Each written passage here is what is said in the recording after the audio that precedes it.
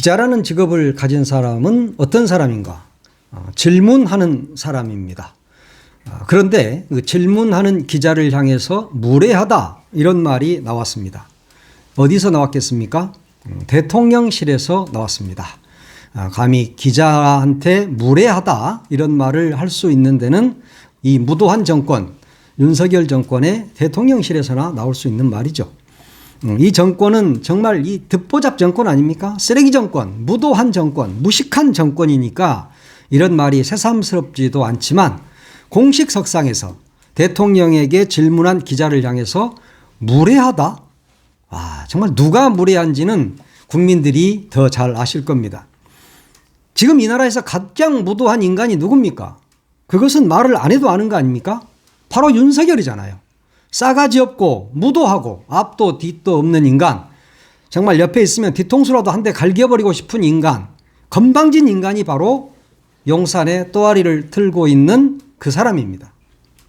그런데 어제 국회 정무위원회가 운영위원회가 열렸죠. 여기 전체회의에서 홍철호 정무수석이 참석을 했습니다. 그래서 윤종근 더불어민주당 국회의원이 질문을 했어요. 그러니까 7일 기자회견에서 어떤 것에 대해서 구체적으로 사과한 것이냐라고 물었습니다.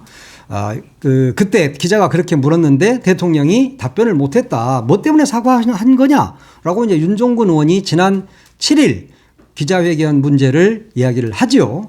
그 과정에서 홍철호 수석이 이렇게 말합니다. 대통령이 사과했는데 마치 어린아이에게 부모가 하듯이 뭘 잘못했는데 이런 태도는 시정해야 한다고 생각한다라고 말했습니다. 기자가 질문을 한 것을 두고 시정해야 된다 이렇게 이야기를 하고 무례하다 이런 이야기를 한 겁니다. 지난 7일 기자회견에서 대부분의 기자들이 꼬리물기 질문도 제대로 하지 못하고 핵심을 제대로 짚지도 못한 상황에서 부산일보 박석호 기자가 거의 그 말미에 그런 질문을 했지 않습니까? 다소 두루뭉술하고 포괄적으로 사과를 하셨는데 회견을 지켜보는 국민들께서는 대통령께서 무엇에 대해서 사과를 했는지 어리둥절할 것 같다. 이에 대한 보충 설명을 해줄 수 있겠느냐라고 윤석열 대통령에게 부산일보 박석호 기자가 질문을 합니다. 아주 좋은 질문 아닙니까? 회견을 시작하면서 두루뭉술하게 사과를 했어. 그러니까 기자 입장에서는 어떤 부분에 대해서 구체적으로 딱 집어서 어떤 것을 사과를 했느냐라고 물어본 겁니다. 이 질문에 대해서 당시에 답변을 제대로 했으면 되는 겁니다.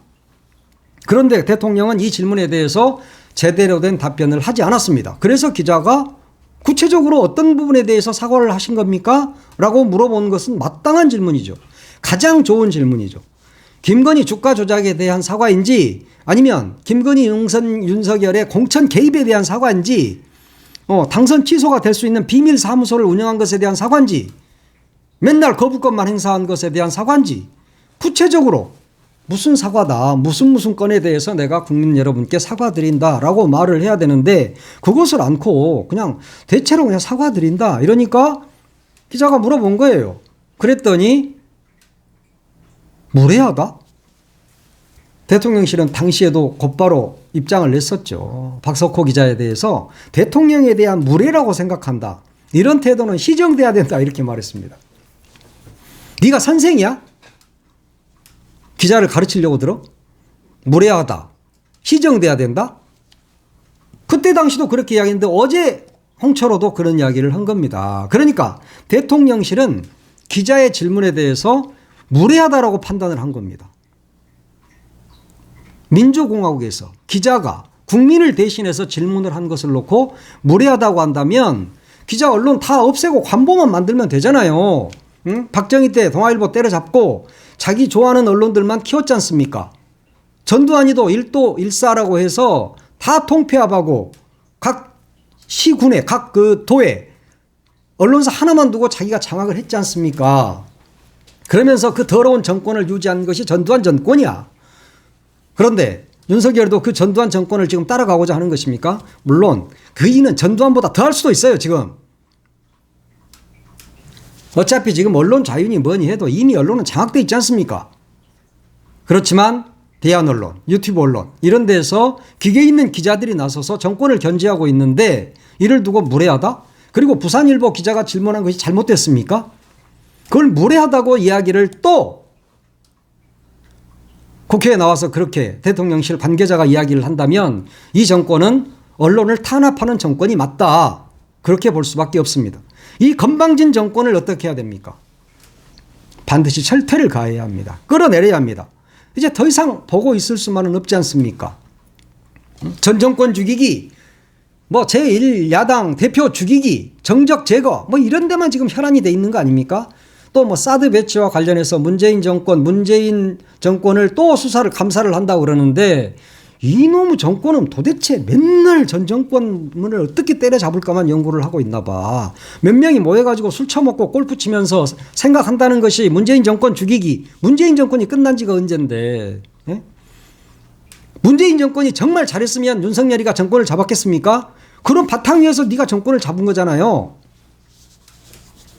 그러면 너나 잘하면 되지. 너나 잘해, 너나. 어? 남의 정권 잘못했니 어쩌냐고 탈탈 털지 말고. 그러면 전두환이는 잘했고 노태우는 잘했어? 그것은 말도 못하는 것들이 말이야. 그러면서 언론사 기자에 대해서 무례하다느니 시정돼야 된다느니 그 건방진 이야기를 하고 있는 거예요. 그야말로 비참한 결말을 맞을 수밖에 없는 것입니다. 하야하고 망명의 길을 택할 것인가 아니면 탄핵당해서 감옥으로 갈 것인가. 그것만이 남아 있습니다. 예. 망명은 가도록 해야 돼요. 망명은. 예. 나 하야하고 망명 갈 거야. 그럼 망명은 가라 해야죠. 예. 그렇지만 탄핵이 된다면 망명도 못 가고 감옥으로 가는 수밖에 없다. 박근혜가 그랬지 않습니까? 박근혜 탄핵 당하니까 바로 감옥으로 가대요. 그 이야기를 하는 겁니다. 탄핵되면 범법 행위가 있으니까 헌법을 위반한 사항이 있으니까 탄핵될 거 아닙니까? 그러면 감옥으로 가는 것은 당연한 것이죠. 지금 언론 하나 제대로 잡지 못해서 안달을 하고 있는 이 정권, 이게 어떻게 유지가 되겠습니까? 이제 그야말로 산소통을 제거해야 된다. 지금 윤석열에 붙어 있는 그 목숨줄, 그 산소통 이제는 제거할 때가 됐죠. 그러니까 이 시대의 지성인이라고 말할 수 있는 대학 교수님들이 시국 선언을 계속하고 있습니다. 문인들도 1056명이 시국 선언을 했죠. 그런데 특히 눈길을 끄는 대학의 시국 선언이 있어서 소개를 할까 합니다. 경북대학교 교수와 연구자들이죠. 경상북도가 어떤 곳입니까? 경북대학이 경상북도에 있죠. TK에 있는 겁니다. 국민의힘의 텃밭이자 윤석열 정권을 탄생시킨 1등 공신 지역, 거기가 바로 TK죠. 물론 PK도 마찬가지지만 지금도 윤석열이가 좋다는 사람이 뭐 많지는 않을 것 같아요. 지금 좀 있는 지역입니다. 이 지역의 대표 지성이라고 할 수 있는 경북대 교수 연구자들이 시국 선언을 했는데 이 선언은 그냥 윤석열이 너 좀 못한다, 좀 잘해라, 이게 아닙니다. 너 물러나야겠다. 넌 물러나. 넌 해고야. 이런 이야기입니다. 무려 179명이 연명으로 서명을 했습니다. 2016년 박근혜 대통령 탄핵 당시에 경북대 이 교수들 서명 숫자가 88명입니다. 그러면 2배가 넘습니다. 그 사람들이 지금 윤석열 너는 해고다라고 이야기를 하고 있습니다. 경상북도 지역에서조차 윤석열 정권에 대한 분노, 퇴진 요구가 분출하고 있다는 것을 알 수 있습니다. 교수들은 윤석열 정권에서 이러이러한 문제가 있다라고 했는데 크게 3가지로 분류를 했습니다. 첫 번째는 사람의 문제다. 아무 능력도 없고 아무도 책임지지 않는 것이 가장 큰 문제다라고 했고요. 두 번째는 재정의 문제. IMF, 코로나 때보다 더 힘든 부분을 지적을 하고 있습니다. 그리고 언어의 문제. 모든 국민을 입틀막하고 있다라는 것을 지적을 했습니다. 그러면서 윤석열은 해고다라고 했습니다. 국민이 뽑았으니까 국민이 해고할 수 있습니다. 경북대학교 이 대학생들도 다음 주에 윤석열 퇴진을 요구하는 시국선언을 발표할 계획이라고 합니다. 이제 경상북도에서조차 윤석열 퇴진을 외치는 목소리가 크다는 점에서 의미가 있는 시국선언이라고 할 수 있겠습니다. 경북대학교 교수 연구자 시국선언 내용을 좀 살펴보도록 하겠습니다. 제목, 민주주의를 요구한다. 윤석열 대통령은 해고다. 그랬습니다. 그러면서 첫 번째 줄에 문제의 차원이 달라졌다. 그랬습니다. 한국 사회에서 윤석열 대통령 집권 아래 벌어진 일들을 걱정하고 비판해온 경과는 짧지 않다. 눈 떠보니 후진국이라는 말들이 돌기 시작했을 때 일이 까마득하게 느껴질 정도다. 오늘 우리는 지금까지와는 다른 형식, 다른 내용, 다른 강도로 윤석열 대통령에게 요구하려고 한다. 대통령의 자리에서 물러나라 그랬습니다. 윤석열 대통령을 이제 우리는 해고한다. 그가 마구잡이로 휘둘러온 권력을 빼앗을 것이다. 이제 문제의 차원이 달라졌다고 생각하기 때문이다. 무엇이 문제인가?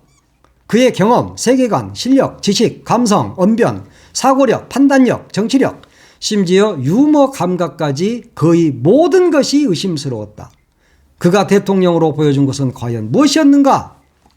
첫 번째, 아무 능력도 없고 아무도 책임지지 않는다. 온갖 전문 영역에서 검찰 출신자들로 핵심 고위직을 채우고 경찰 고위직에는 뿌락지 경력 의혹을 받는 자까지 발탁됐다. 뿌락지 있어요. 그리고 비선 개입의 의혹이 줄곧 대통령의 행보를 따라다녔으며 배우자나 역술인, 모사꾼 부류가 개입한다는 의혹까지 꼬리를 물었다. 그 의혹들의 일부는 지금 실체를 드러내고 있다. 뉴라이트의 망언을 일삼는 자들이 역사와 교육과 학문과 외교를 책임진다. 수도 한가운데서 사망자만 150명이 넘는 압사 사고가 일어나도 책임지지 않는다. 왜 여기저기에서 유사한 문제가 반복되는가? 모든 문제의 중심이자 근원에 윤석열이 있기 때문이다 라고 지적을 합니다. 두 번째, IMF와 코로나 때보다도 힘들다. 부자 감세로 세수 부족으로 인해 국가 재정도 사경을 헤맨다. 이 문제의 진단과 해결을 담당할 고위 관료는 각종의 공적 자금을 끌어다가 떼온다며 뻔뻔스레 고개를 쳐들고 회전 의자에 앉아있다. 보건복지, 노동, 재정은 폭탄을 맞고 그렇게 상태다. 왜 이렇게 되었는가? 이 모두가 윤석열 대통령이 일으킨 일 아닌가? 라고 말합니다. 세 번째, 모든 국민이 입틀막 당했다. 말도 안 되는 듣기 능력 테스트와 상습화된 고소 고발, 제재로 비판자들의 입을 막은 일은 어떤가? 그것이 어처구니 없는 폭거라는 점은 얼마 안 남은 윤석열 대통령 지지자조차 알고 있다. 그러나 그들이 나도 안다 라고 말하지 못하는 것은 그렇게 말했다가 보수의 마지막 보루조차 무너지는 일이 두렵기 때문이다. 왜 그의 지지자들은 이런 공경에 빠졌는가? 바로 윤석열 대통령이 남의 말을 도무지 듣지 않고 한국 사회를 바탕으로 몰아갔기 때문이다. 우리는 이 점을 특히 용서할 수 없다. 그러니까 경북 지역에서는 아직도 지지하는 사람들이 있는데 그들이 지지를 철회해도 그들이 지지를 철회한다는 것은 보수의 마지막 보루조차 무너지는 일이기 때문에 매우 조심스럽게 이제까지 행동해 왔다. 그러나 우리는 이제 용서할 수 없다라고 이야기를 했습니다. 공석에서 반말이나 해대며 건들거리는 일까지 그가 저지른 소통 파괴의 목록은 끝도 없이 이어진다. 공석에서 반말이나 해대며 건들거리는 일. 그렇죠. 건들건들 건방지고 싸가지 없는 게 대통령이니까. 문제는 윤석열 대통령이다 그랬습니다. 우리는 개별 사안과 개별 사람은 비판했어도 대통령 자신이 그 자리를 내려놓음으로써 책임지라고 하지 않았다. 그동안에는 그랬다는 거죠. 그런데 만일 유사한 문제가 무한 반복되는 이 상황이 그에게 미심쩍은 믿음을 보낸 우리의 잘못이라면 어떻게 되는가 그랬습니다. 그동안에 참 그렇게 좀 잘해줬으면 하는 마음이 있었는데 이런 유사한 문제가 계속 반복되는 상황이 왔다는 거죠. 그러면서 마지막에 윤석열 대통령은 해고다 그랬습니다. 이태원에서 참사가 발생했던 것은 그 일을 해야 하는 자가 책임을 방기했기 때문 아닌가? 또 애꿎은 젊은 해병의 죽음 앞에 고위 군인들이 부하들에게만 책임을 떠넘기고 자기는 책임을 모면하려는 것이 아닌가?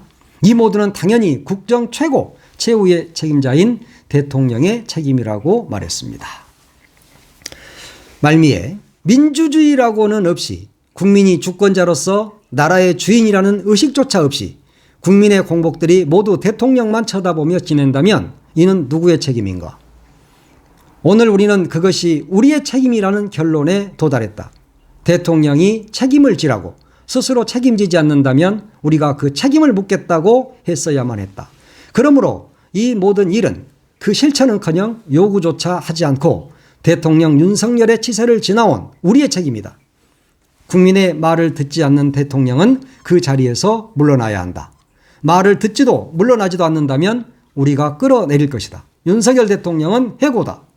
2024년 11월 19일 민주주의를 요구하는 경북대학교 교수 연구자 일동 그랬습니다. 네, 그 어느 시국 선언보다 날카롭고 셉니다. 그것이 민심입니다. 민심을 어기는 자는 천벌을 받습니다. 천벌은 하늘이 내리는 것이 아니라 주권자인 국민이 내리는 것입니다. 반드시 윤석열을 끌어내려야 합니다. 윤석열은 해고입니다.